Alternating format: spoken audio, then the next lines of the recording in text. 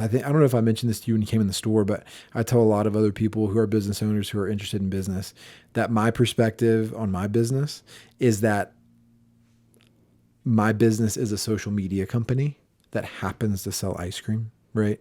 I think if you view it that way, you know, I'm a social media company that happens to be a roofer, and really put your focus on social media and getting your name out there. And that's what it is now. I mean, it could be in 20 years, it's a different medium probably rather than social media. It could be a different, VR, whatever it is. I don't know. But wherever the attention is now, you need to really try and focus and get your name out there. On whatever platform that is. I don't know. It could change tomorrow. But for now, we've been really heavy on, TikTok and Instagram, YouTube Shorts, Facebook, all that stuff. Do you guys have like your own kind of YouTube channel? I mean, obviously, do you guys post anything other than little like TikTok videos on YouTube? No, on YouTube, we've really been focusing on shorts. Post a lot of the shorts on TikTok, the videos as well. Is kind of the content we focus on. When I opened the store and I was building it last year, I did some content around building the store, painting the roof, different things like that. So depending on, the time of year and the things that we might be doing, is kind of how I focus the social media. I think it's important too, just to be authentic, like I think I heard someone say, there's a lot of small businesses who are trying to be like very corporate with their social media.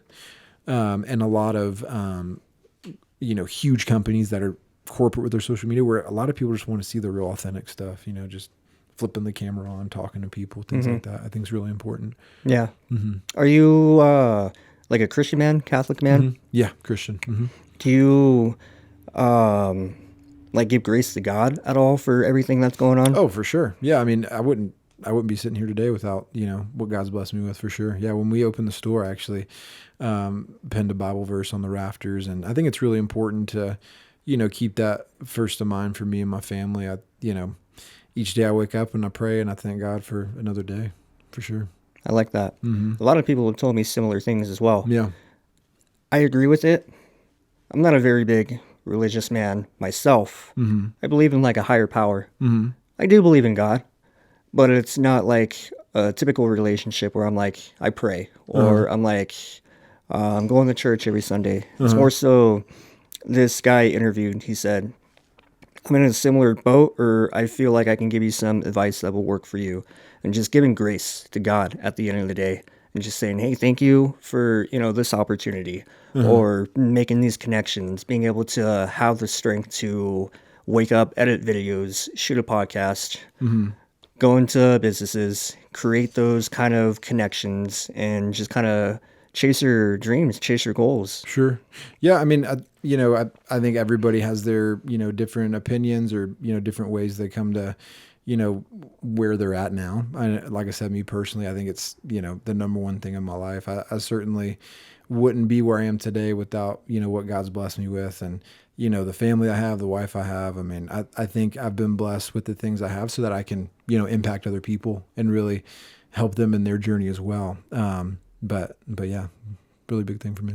I was talking with this guy earlier before I came and did this show, and we shared a similar mindset. But one of the discussions we talked about was, when you're 80, what do you want to look back on and think about? Like, I guess to kind of put it more into context is chase your dreams now. So that way you're not 80 years old looking back and thinking, what if? Yeah. And that's a big reason why I opened my storefront, actually, is because, I still do the food truck, but I could have done the 2 food trucks forever and done just fine. Like, they did really well for me. But I always had that itch. Like, what if I never opened a store? Like, I want to see, what all that entails and things like that. And that's a big reason why I did, is because I didn't want to get older and be like, man, what if I would have done that? Like, what would have life looked like? And so yeah, I would wholeheartedly agree with that. Like, think of yourself as an older guy who can't move around well anymore. And like, what did you want to do? Because life is so short, you know. Could be tomorrow, God forbid one of us gets in the car and we have an accident, and that's it. You never know what tomorrow's going to look like. So, enjoy each day as a blessing and, work towards whatever goal you have, I would say. Yeah, I don't want to be up there in age and think about those what ifs. I'd rather do it now. Yeah, and definitely. chase it now and see what I can agree. do. Yeah, for sure. I think that's a good mentality to have. You obviously neither of us are 80 years old, but soon enough we will be. Yeah. So you definitely want to, check off the things on your list that you have on there. Yeah. Life is short. It feels, I mean, it's long. Don't get me wrong. But I mean, I graduated high school 5 years ago. And I'm like, wow, that went by quick, like the snap of a finger. It goes by fast. So yeah, it does go by fast and it is long. But I mean, I don't want to be up there in age and think about what if I did try to make $1 million? What if I did try to pursue these financial goals of mine? Where would my life be at Right. this point in time, kind of thing?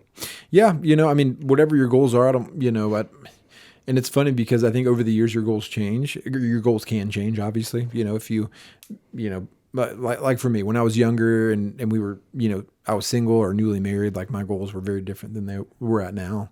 So I think it's something that can be fluid and something that you kind of work with as you get older and figure out what you want to do.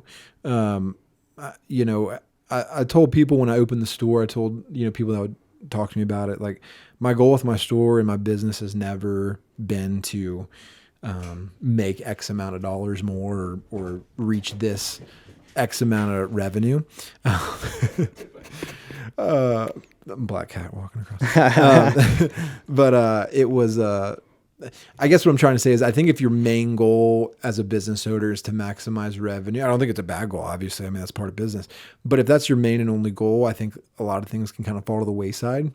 And so for me, it's always been like creating that fun experience, having fun with what I do as much as I can. And then, the revenue will follow. Going back to Chick-fil-A, I think this can kind of tie in.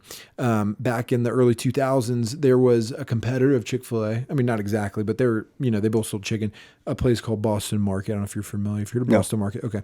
There's not many left. But back in the day, there was a place called Boston Market. I don't think I ever went into one myself, but they served, they were kind of like KFC, except they served a lot of like rotisserie chickens with mac and cheese and mashed potatoes. And at any rate, the story goes, Boston Market was opening stores left and right because they went public and they got a lot of investors. And the higher ups at Chick-fil-A went to the founder and they said, hey, Boston Market's getting really big and they're going to kind of beat us to a lot of these locations. Like we need to go public as well. We need to get investors. And I think this is something that I apply to myself a lot. And the founder of Chick-fil-A said, you need to focus on getting better before you get bigger. Because if you get better at what you do, your customers will force you to get bigger. And the way I apply that in my business and what I do is that I'm not focused on trying to get super big, super quick, because I think you can have a lot of things kind of fall to the wayside if your focus is only on money and trying to grow that next thing. If you focus on being really good and perfecting what you do now, you'll be forced to get bigger eventually. It's just a matter of time. That's a great way to put it, because in reality, that's what it all comes down to, is dialing in on your craft now, getting better, learning from trial and error, right, and scaling it from there. Definitely. Yeah, I mean, nobody got to the pinnacle of what they're doing without becoming really good at it, and repetition is key. And so that's probably one of my favorite business quotes over the past, couple of years. Trying to get better first. It's funny how we're mentioning these franchises like Chick-fil-A because the founder of McDonald's, I only know this because I watched the founder